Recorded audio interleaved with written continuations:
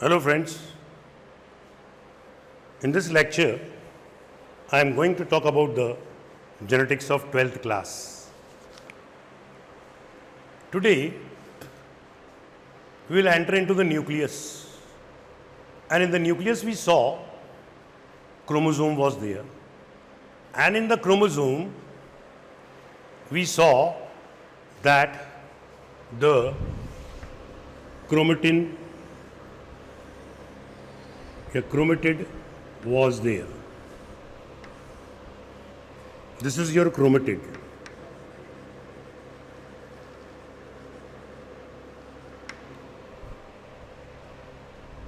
In interface, you will find that the thin thread-like structures they are present, that we call it as chromatin. Now these chromatin, they are of two types. One is called heterochromatin, another one is called euchromatin. केंद्रक के अंदर गुणसूत्र होता है, गुणसूत्र में chromatid होता है. इन गुणसूत्रों की उत्पत्ति किससे होती है? क्रोमेटिन से. जब ये संघनित हो जाते हैं, कंडेंस हो जाते हैं, तो ये बनते हैं. इंटरफेस अवस्था में आपको पतले धागे जैसी संरचना दिखाई देती है, जिसे हम लोग क्रोमेटिन कहते हैं. और ये क्रोमेटिन जो होते हैं, ये दो प्रकार के होते हैं. ये न्यूक्लियस है, इसके अंदर यहाँ पर ये जो क्रोमेटिन कंडेंस्ड होता है, संघनित, उसको हम लोग हेटेरोक्रोमेटिन कहते हैं. और जो लूज होता है उसको हम लोग यूक्रोमेटिन कहते हैं. इधर जीन्स खुले हुए रहेंगे, इसलिए यूक्रोमेटिन जो होता है, इट इज मोर एक्टिव. ये क्वेश्चन आता है, कई बार आ चुका है कि विच क्रोमेटिन इज मोर एक्टिव. तो answer is euchromatin. Okay, now we are going to talk about nucleosome. Nucleosome term was given by Watson. Just now I talked about the chromatin. So this is your chromatin,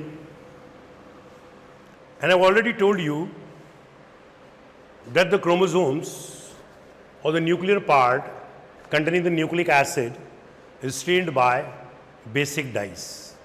यह जो है क्षारीय अभिरंजकों के द्वारा अभिरंजित होता है.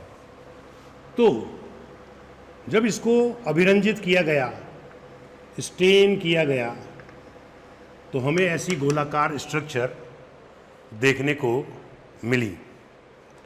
ये गोलाकार स्ट्रक्चर्स जो थी पहली बार देखी गई, तो इनको साइंटिस्ट लोगों ने न्यू बॉडीज कहा.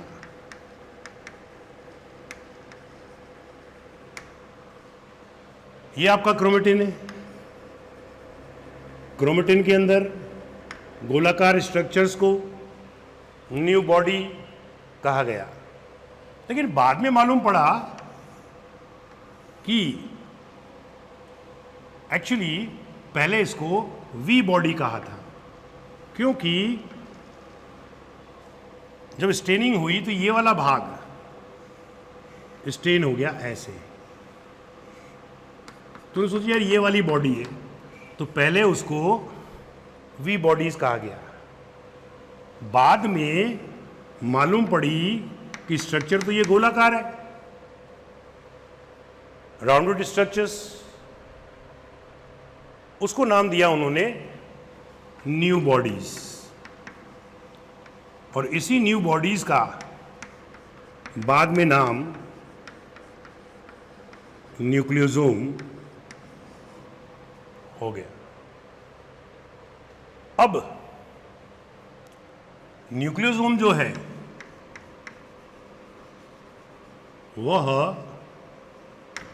क्या होता है, इसमें दो चीज़ें होती हैं, एक डीएनए होता है और एक हिस्टोन्स होते हैं।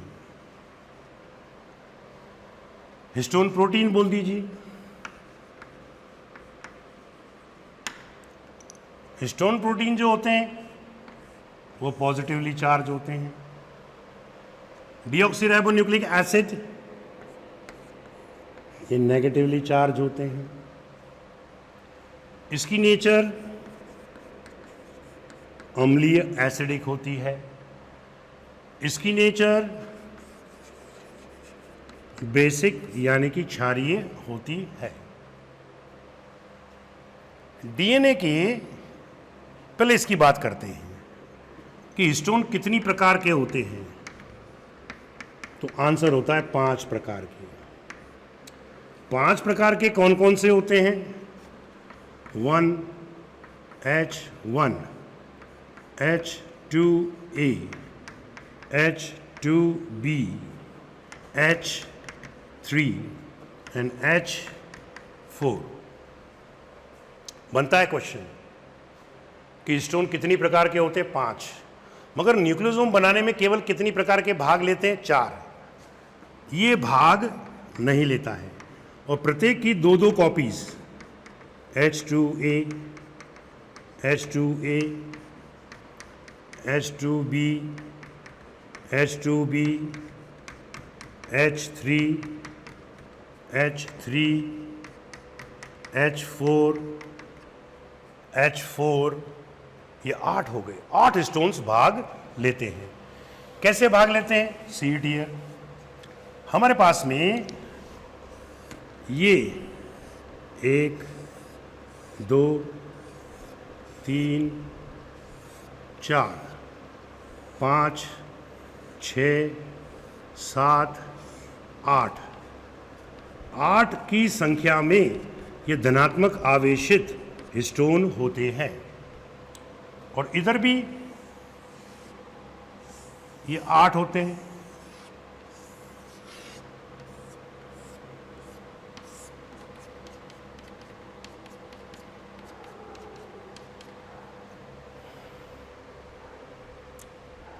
हिस्टोन्स के अंदर लाइसिन और आर्जिनिन अधिक होता है H1 के अंदर, जिसके कारण कि यह 1H1 न्यूक्लियोसोम बनाने में भाग नहीं लेता है।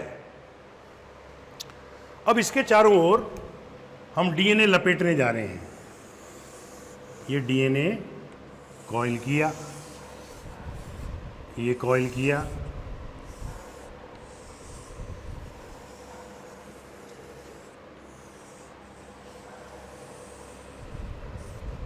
ये रहा। तो यहां से लेकर यहां तक का जो डीएनए है प्लस ये लिंकर डीएनए, ये सब मिला के 2 कुंडलन 2 टर्न का होता है। तो ये 2 टर्न हो गए। 2 टर्न में से एक 1.25 टर्न जो होता है वो कोर डीएनए के चारों तरफ लिपटा होता है, ये वाला। सो this is your core DNA और यहां पर आपका 1H1 लटका हुआ रहता है। इसको बोलते हैं लिंकर डीएनए। कोर डीएनए में 140 बेस पेयर होते हैं और जो 1/4 होता है उसको हम लोग लिंकर डीएनए कहते हैं, जिसमें 60 बेस पेयर पाए जाते हैं। 60 बेस पेयर हमको देखने को मिलते हैं। इस न्यूक्लियोसोम की स्ट्रक्चर जो होती है, इसका जो डायमीटर होता है that is comes out to be 300 angstrom और इसके जो स्ट्रक्चर है न्यूक्लियोसोम की वो सोलेनॉइड मॉडल के समान है। Solenoid model. Finish. This is your nucleosome. यह आपका न्यूक्लियोसोम है। अब हम बात करेंगे कि न्यूक्लियोसोम के जो बेसिक प्रोटीन्स होते हैं, how they are helpful, they are helpful in the formation of the structure of the chromosome. यह गुणसूत्रों की संरचनात्मक अवयव के रूप में काम करते हैं। तो जो हमारा न्यूक्लियोसोम है उसमें डीएनए भी था और आरएनए भी था। अब हम बात करेंगे जीन एक्सप्रेशन की, जीन एक्सप्रेशन की, यानी कि जीन अभिव्यक्ति की बात करेंगे। जीन शब्द जो था, term was given by Johnson. Gene क्या है? It is the discrete unit of the heredity.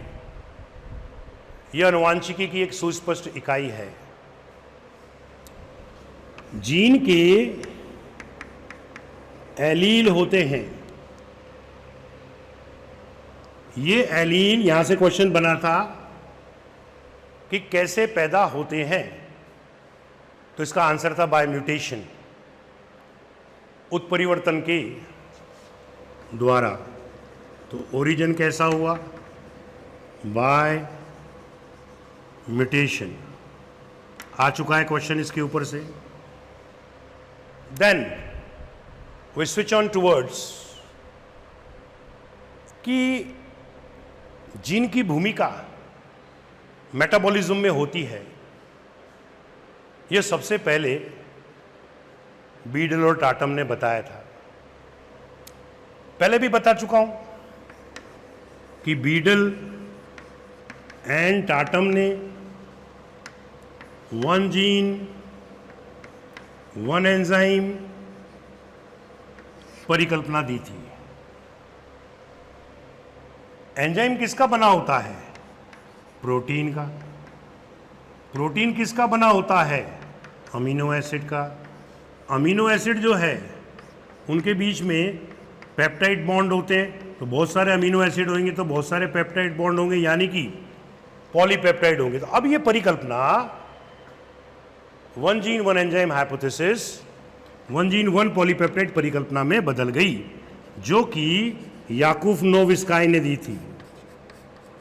याकूब नोविस्काई ने दी थी। अब बीडल और टाटम ने न्यूरोस्पोरा के ऊपर कार्य किया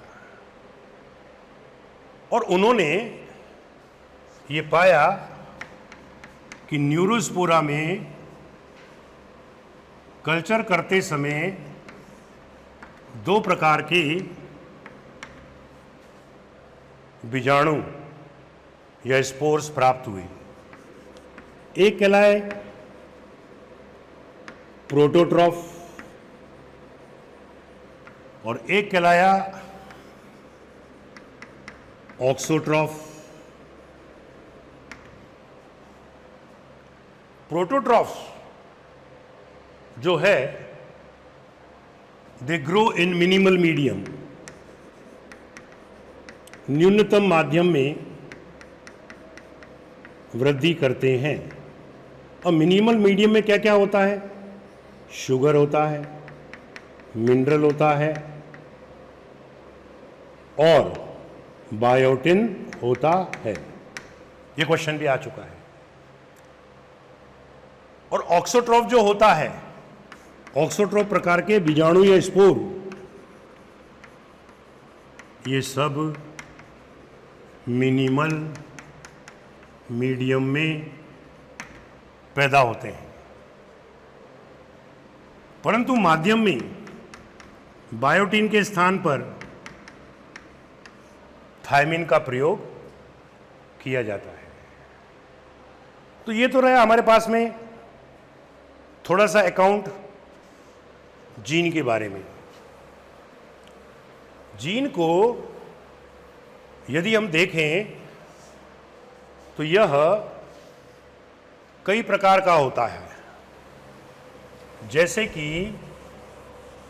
नंबर 1 हम बात करने जा रहे हैं वो है जंपिंग जीन। जंपिंग जीन को हम लोग ट्रांसपोसोन भी कहते हैं।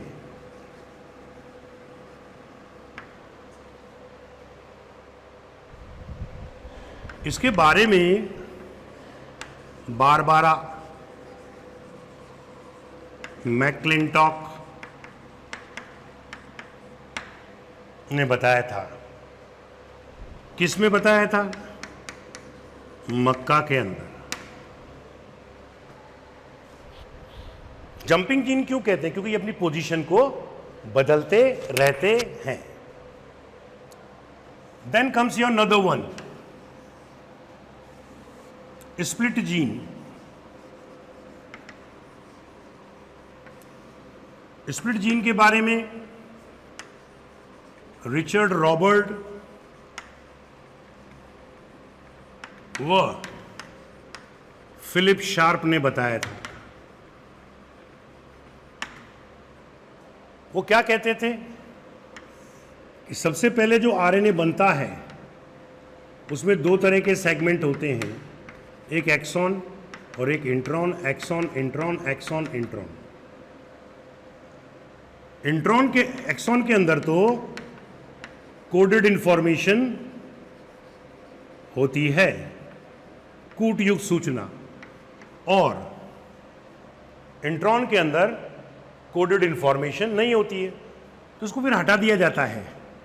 सो this is your no coded information, यानी कि यूजलेस होता है। एक्सॉन की बात करते हैं अपन लोग तो प्राइमेट्स के अंदर, रोडेंट्स के अंदर लगभग पूरे डीएनए का केवल 10% डीएनए ही ऐसा होता है जिसमें कि कोडेड इंफॉर्मेशन होती है, कूट युक्त सूचना होती है। अभी तीसरा जीन जिसके बारे में हम लोग बात करने जा रहे हैं वो है हाउसकीपिंग जीन। हाउसकीपिंग जीन की जब बात की जाएगी तो इसको हम लोग कॉन्स्टिट्यूटिव जीन भी कहते हैं।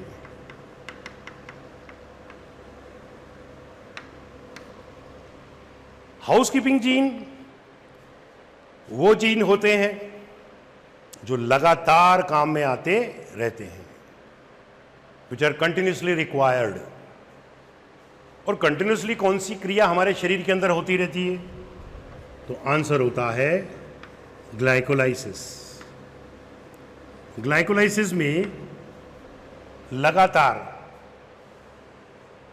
इन जीनों की आवश्यकता पड़ती है और ग्लाइकोलाइसिस को यथावत बनाए रखते हैं। तो ये कहलाता है हमारे पास में हाउस कीपिंग जीन्स। अब आता है हमारे पास में एक और जीन जिसको हम लोग बोलते हैं ओवरलैपिंग जीन। ओवरलैपिंग जीन में क्या होता है? देखिए साहब कि हमारे पास में जब एक डीएनए का टुकड़ा, जैसे ये डीएनए का टुकड़ा है और इसको 2 cistron, 1 DNA piece we have got it, और जब इसको 2 सिस्ट्रॉन काम में लेते हैं C1 और C2, तो इस जीन को हम लोग जो है ओवरलैपिंग जीन कहते हैं। Then comes your retroposon. Retroposon का मतलब होता है वह डीएनए जो रिवर्स ट्रांसक्रिप्शन से प्राप्त होता है। किससे प्राप्त होता है? रिवर्स ट्रांसक्रिप्शन से प्राप्त होता है। कैसे? भाई डीएनए से क्या बनता है? आरएनए बनता है। और ये आरएनए कैसा होता है? एमआरएनए होता है, जिसमें केवल कोडेड इंफॉर्मेशन होती है एक्सॉन आफ्टर मैच्योरिंग। इसको बोलते हैं ट्रांसक्रिप्शन। और ये रिवर्स ट्रांसक्रिप्शन यूं हो जाता है तो अब जो डीएनए आपको मिलेगा वो सबसे ज्यादा शुद्ध डीएनए मिलेगा। इसको हम लोग सी डीएनए भी कह देते हैं। क्या बोलते हैं इसको हम लोग? सी डीएनए। इस सी डीएनए को हम लोग जीन लाइब्रेरी में रखते हैं, क्योंकि इस डीएनए के अंदर कोई भी अशुद्धि नहीं होगी, only coded information will be there. So this is called retroposome. 6 नंबर का जीन अगर मैं लेता हूं तो वो है सूडोजीन। सूडोजीन को अगर हम देखें तो डिफेक्टिव जीन कह सकते हैं, यानी कि त्रुटिपूर्ण जीन कहते हैं। कोई ना कोई डिफेक्ट होगा उसके अंदर, इसलिए उसको हम लोग जो है डिफेक्टिव जीन या त्रुटिपूर्ण जीन कहते हैं। अब एक बंदा था जिसका नाम था बेंजर। तो अकॉर्डिंग टू बेंजर, जीन के 3 फॉर्म्स होते हैं।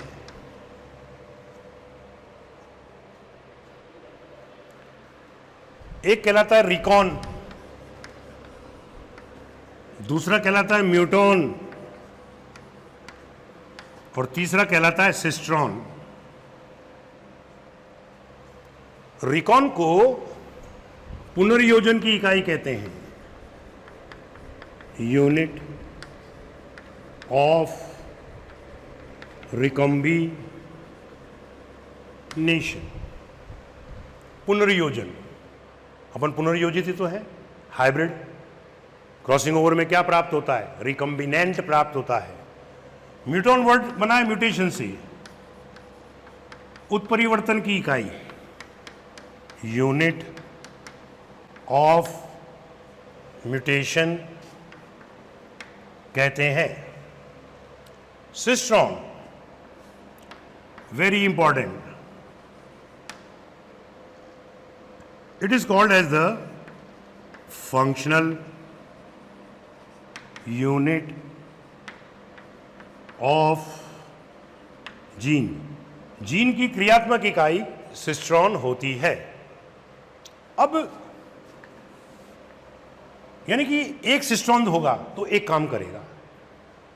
बीटल और डाल्टन एक जीन एक एंजाइम हाइपोथेसिस करते, लेकिन उस जीन के अंदर तो रिकॉन, म्यूटोन, सिस्ट्रॉन सब आ जाते थे। लेकिन जीन का कौन सा भाग क्रियात्मक होता है, फंक्शनल होता है? तो आंसर होता है सिस्ट्रॉन। मेरी त्वचा का रंग एक सिस्ट्रॉन से नियंत्रित होगा। लेकिन अगर एक सिस्ट्रॉन होता है जीव के अंदर तो हम उसको बोलते हैं मोनोसिस्ट्रॉनिक। जैसे ये बैक्टीरिया है, बैक्टीरिया के अंदर ये डीएनए है, तो ये एक ही जीन के रूप में कार्य करता है। तो एग्जाम्पल क्या हो गया? प्रोकैरियोट्स। प्रोकैरियोट का डीएनए मोनोसिस्ट्रॉनिक होता है। एक होता है पॉलीसिस्ट्रॉनिक।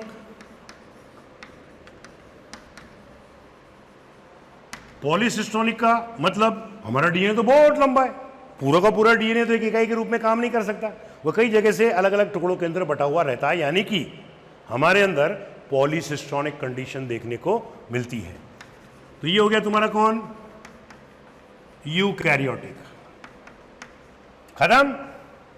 अब जीन से, जीन काम कैसे करता है, जीन कैसे एक्सप्रेस करता है, इसको समझाने के लिए हमें बात करनी पड़ेगी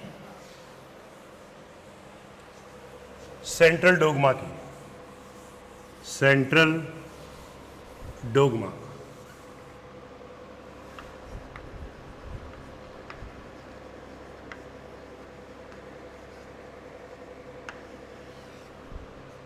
सेंट्रल डोगमा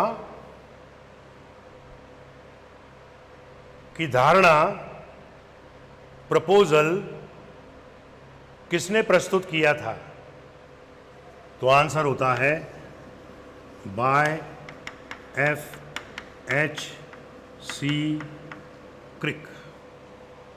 क्रिक ने सबसे पहले सेंट्रल डोगमा की धारणा प्रस्तुत करी थी।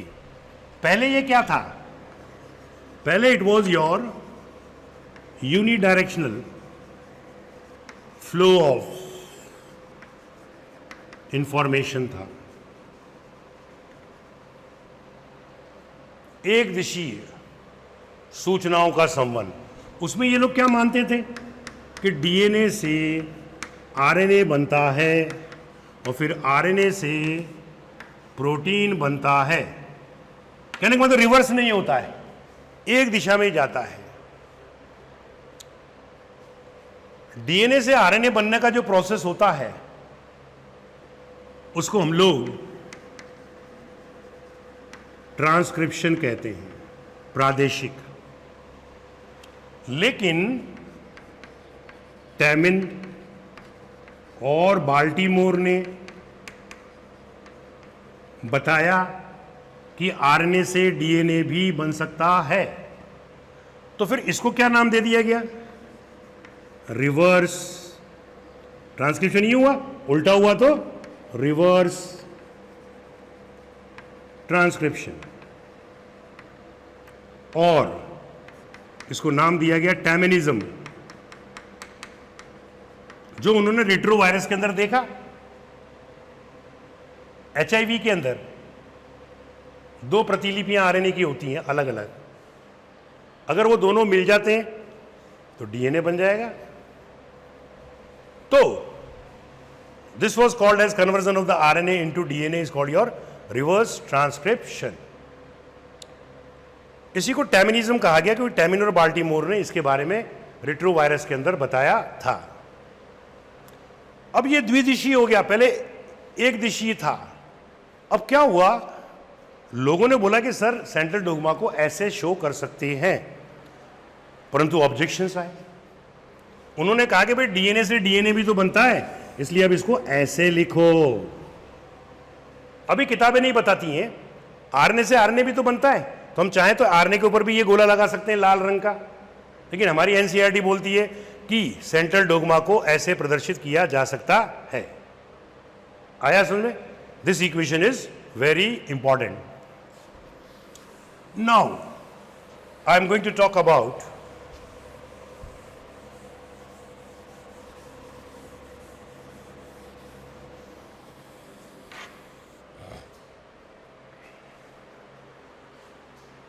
the process of transcription. So this is your transcription in prokaryotes.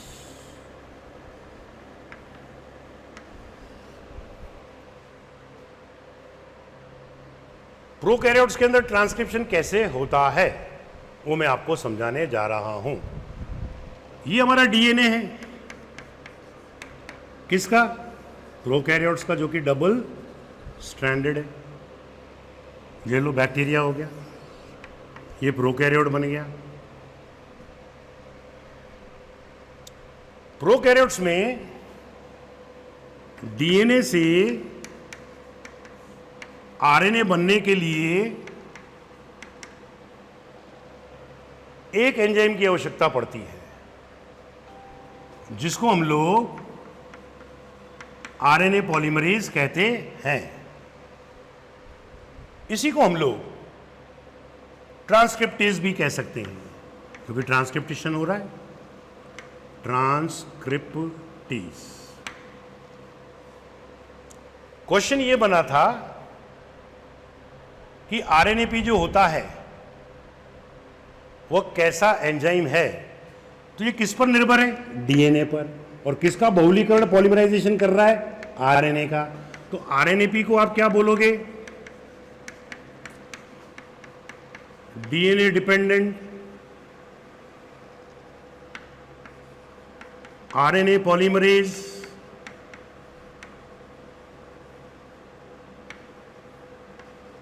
Enzyme. बात समझ में आ गया। अब आरएनएपी को मैं लाया जो कि एक एंजाइम है, और एंजाइम किसके बने होते हैं, प्रोटीन के। और प्रोटीन किसका बना होता है, अमीनो एसिड का। तो इसमें 5 पॉलीपेप्टाइड चेन होती है, एक alpha, alpha, beta, beta dash, omega. तो मैं इसको alpha 2 beta, beta dash, omega लिख देता हूं। इसमें से अल्फा 2 बीटा, बीटा डैश आपका कोर एंजाइम को प्रदर्शित कर रहा है, और ओमेगा जो है वह लिंकर एंजाइम को प्रदर्शित कर रहा है। तो अब मैंने इन 5 श्रृंखलाएं जो होती हैं, 5 chains are there, 5 polypeptide chains are there. इसको देखा और इससे पूछा कि व्हाट इज योर फंक्शंस। तो अल्फा 2 बीटा, बीटा डैश और ओमेगा ये इनिशिएटिंग साइट को चुनता है, सेलेक्ट इनिशिएटिंग साइट, आरंभिक स्थल को चुनता है। और ये कैटालिटिक एंजाइम के रूप में, उत्प्रेरक एंजाइम के रूप में कार्य करता है, which is responsible to unwind the DNA, helicase के रूप में काम करता है, लाइक हेलिकेज। और अल्फा 2 जो होता है यह प्रोमोटर बाइंडिंग के रूप में काम करता है, प्रोमोटर बाइंडिंग के रूप में कार्य करता है। बात समझ आ गई। तो ये रहे हमारे पास में प्रोकैरियोट्स के अंदर, आरएनएपी के अंदर 5 पॉलीपेप्टाइड श्रृंखला होती है, जिसको कि alpha 2 beta, beta dash, omega से प्रदर्शित करते हैं। Alpha 2 beta, beta dash core enzyme को प्रदर्शित करता है, और ओमेगा जो है लिंकर एंजाइम को प्रदर्शित करता है। अल्फा 2 जो होता है वह प्रोमोटर बाइंडिंग के लिए रिस्पॉन्सिबल होता है, beta, beta dash catalytic enzyme के रूप में, हेलिकेज एंजाइम के रूप में काम करता है, और ओमेगा जो होता है वह इनिशिएटिंग साइट को सेलेक्ट करने का काम करता है। अब चले हम आगे कि हमारे पास अब यूकैरियोट्स में जा रहे हैं। तो ट्रांसक्रिप्शन इन यूकैरियोट्स अगर करते हैं तो उसमें भी क्या होगा, डीएनए काय में बदलेगा, आरएनए में। इसी को हम लोग क्या कह रहे हैं, ट्रांसक्रिप्शन। तो यूकैरियोट्स में ट्रांसक्रिप्शन करने के लिए 3 प्रकार के एंजाइम की आवश्यकता होगी। और वो 3 प्रकार के एंजाइम कौन कौन से हैं, RNAP1, RNAP2, RNAP3। क्वेश्चन यहां से बनता है कि RNAP2 जो होता है वो क्या बनाता है, तो इट फॉर्म्स rRNA, यह rRNA बनाता है। और RNAP2 क्या बनाता है, mRNA। और RNAP3 क्या बनाता है, tRNA बनाता है। खत्म।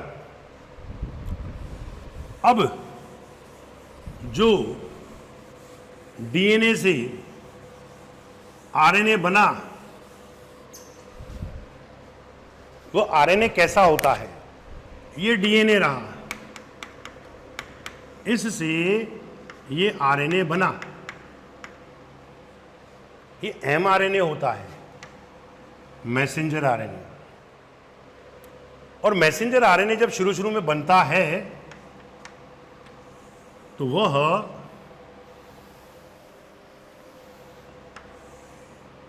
ऐसा होता है, जिसमें दो प्रकार के सेगमेंट्स होते हैं। एक एक्सॉन कहलाता है, दूसरा intron. Exon, intron, exon, intron. So this is your exon and this is your intron. ये स्प्लाइस है, ये विपटित है, बटा हुआ है, और इसी जीन को हमने स्प्लिट जीन कहा था, जिसके बारे में रिचर्ड रॉबर्ट और फिलिप शॉर्प ने बताया था। इसमें दो तरह के खंड हैं, सेगमेंट्स हैं, exon and intron. Exon has got the coded information and introns they don't have the coded information. Now this is your nucleus and this is your cytoplasm. ये न्यूक्लियस है। ट्रांसक्रिप्शन कहां हो रहा है? न्यूक्लियस में, जिसमें DNA से क्या बना? एमआरएनए। ये एमआरएनए जो है, चूंकि इसके अंदर अलग अलग प्रकार के सेगमेंट हैं, तो हम इसको बोलेंगे हेट्रोजेनस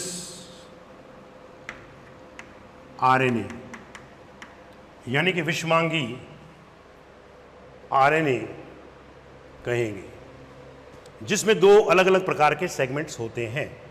ये रहा। अब क्या होगा कि इसके अंदर पहला स्टेप क्या हो गया? स्प्लाइसिंग। ये हो ही रहा है। अब इसके अंदर की जाएगी एडिटिंग।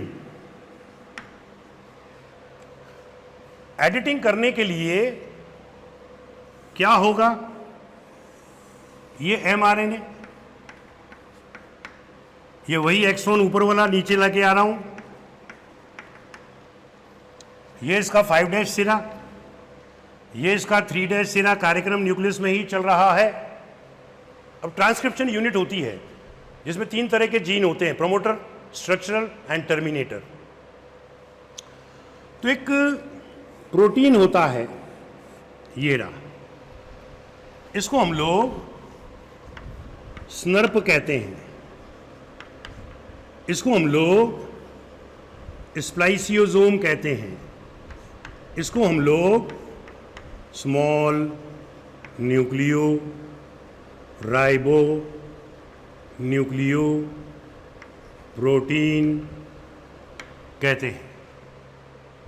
ये ऐसे चिपकता है, जैसे भिंडी का ऊपर का कटा हुआ सिरापन कांच पे चिपका दिया करते थे बचपन के अंदर, ऐसे ये चिपकता है। तो ये जो है एक्सॉन को नहीं हटाएगा, ये किसको हटाएगा? इंट्रॉन को हटाएगा। तो ये हमारा इंट्रॉन रहा, इसको यहां से हटा देगा। मैंने क्यों हटा रहा है? कि सर इसमें कोडेड इंफॉर्मेशन ही नहीं है। और उधर से एक और स्नर्प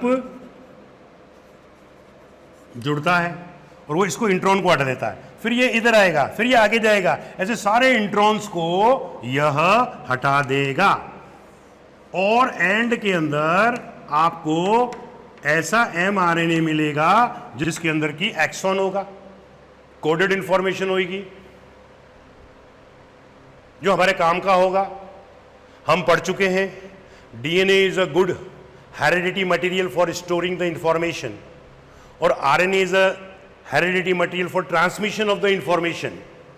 ये चीजें सीखने की होती है। अब ये 5' सिरा और ये 3' सिरा हमको यहां मिल गया। अब ये जो एमआरएनए है अभी परिपक्व नहीं है, मैच्योर्ड नहीं है। तो अब अपन इसका क्या करेंगे? दूसरा स्टेप हो गया एडिटिंग। तीसरा स्टेप होगा मैचुरेशन। मैचुरेशन में क्या होगा, ये एक्सॉन वैसे के वैसे ही है। अब इसके एक सिरे के ऊपर मैं बात कर चुका हूं एमआरएनए की स्ट्रक्चर, एक टोपी लगेगी जिसको हम बोलते हैं 7 मिथाइल गुआनोसिन। कौन से सिरे पर, 5' सिरे पर। सब बात बता चुका हूं तुमको जब मैंने एमआरएनए पढ़ाया था। और इस तरफ लगेगी आपको पॉलीएडेनिन। कौन से सिरे पर, 3' सिरे पर। अब ये जो ये एमआरएनए है ये न्यूक्लियस में हुआ, यानी कि डीएनए से आरएनए कहां बना, तो आंसर होगा न्यूक्लियस में। यानी कि ट्रांसक्रिप्शन कहां हुआ, न्यूक्लियस के अंदर। जबकि प्रोकैरियोट्स के अंदर तो न्यूक्लियर मेम्ब्रेन होती नहीं है। तो पूछेगा ट्रांसक्रिप्शन कहां होता है, तो आप बोलोगे साइटोसोल। साइटोसोल किसे कहते हैं, वह साइटोप्लाज्म जिसके अंदर की सेल ऑर्गेनल्स नहीं होते हैं। हम जानते हैं कि प्रोकैरियोट्स के अंदर मेम्ब्रेन से बाउंडेड सेल ऑर्गेनल्स नहीं होते हैं। तो अब ये एमआरएनए बाहर आएगा, ये आ गया भाई साहब। मैंने कि साहब क्या करोगे अब आप, उसने बोली सर अब मैं प्रोटीन बना के दूंगा। यानी कि डीएनए से एमआरएनए तो बन चुका है, अब एमआरएनए से प्रोटीन का फॉर्मेशन होगा, जिसको हम क्या बोलेंगे, ट्रांसलेशन, यानी कि भाषांतर या रूपांतरण हम लोग जो है इसको कहेंगे। परंतु एमआरएनए बोला कि सर आपने डीएनए से आरएनए तो बना दिया। एमआरएनए के बनने के अंदर हमने बोला प्रोकैरियोट्स के अंदर एक एंजाइम आरएनएपी, यूकैरियोट्स के अंदर 3 एंजाइम। एमआरएनए जब बनता है तो उसमें कोडेड इंफॉर्मेशन भी होती है और नॉन कोडेड इंफॉर्मेशन। जिसमें नॉन कोडेड इंफॉर्मेशन होती है वो इंट्रॉन जिसमें होती है उसको एक्सॉन कहते हैं। ये स्प्लिट जीन होता है, इसी को हम स्प्लाइसिंग कहते हैं। इंट्रॉन को हटाना है तो क्या करना पड़ेगा, एडिटिंग। उसके लिए क्या चाहिए, स्नर्प, स्प्लाइसियोसोम या स्मॉल न्यूक्लियोराइबोन्यूक्लियो प्रोटीन चाहिए। एक 5' पर जुड़ता है, एक 3' पर जुड़ता है और इंट्रॉन्स को वो बाहर निकालता जाता है और अंत के अंदर हमको एक्सॉन वाला एमआरएनए मिलता है जिसके अंदर की कोडेड इंफॉर्मेशन होती है। इसके बाद होता है इसका परिपक्वन। परिपक्वन का मतलब होता है मैचुरेशन। मैचुरेशन में क्या होता है कि 5' सिरे पर एमआरएनए के 7 मिथाइल गुआनोसिन की एक टोपी लगती है। ये टोपी जो होती है it is modified GTP and 1 GTP is equal to 1 ATP. हम जानते हैं इस चीज को। और ये 3' पॉलीएडेनिन यहां पर ये जुड़ा हुआ रहता है। अब ये जो है न्यूक्लियस में से धीरे से बाहर आता है। कहां पर आता है, साइटोप्लाज्म में। तो प्रोटीन सिंथेसिस अब कहां होगा, साइटोप्लाज्म में। तो डीएनए से आरएनए बनने की प्रक्रिया को ट्रांसक्रिप्शन कहते हैं और आरएनए से प्रोटीन बनने की प्रक्रिया को हम ट्रांसलेशन कहते हैं।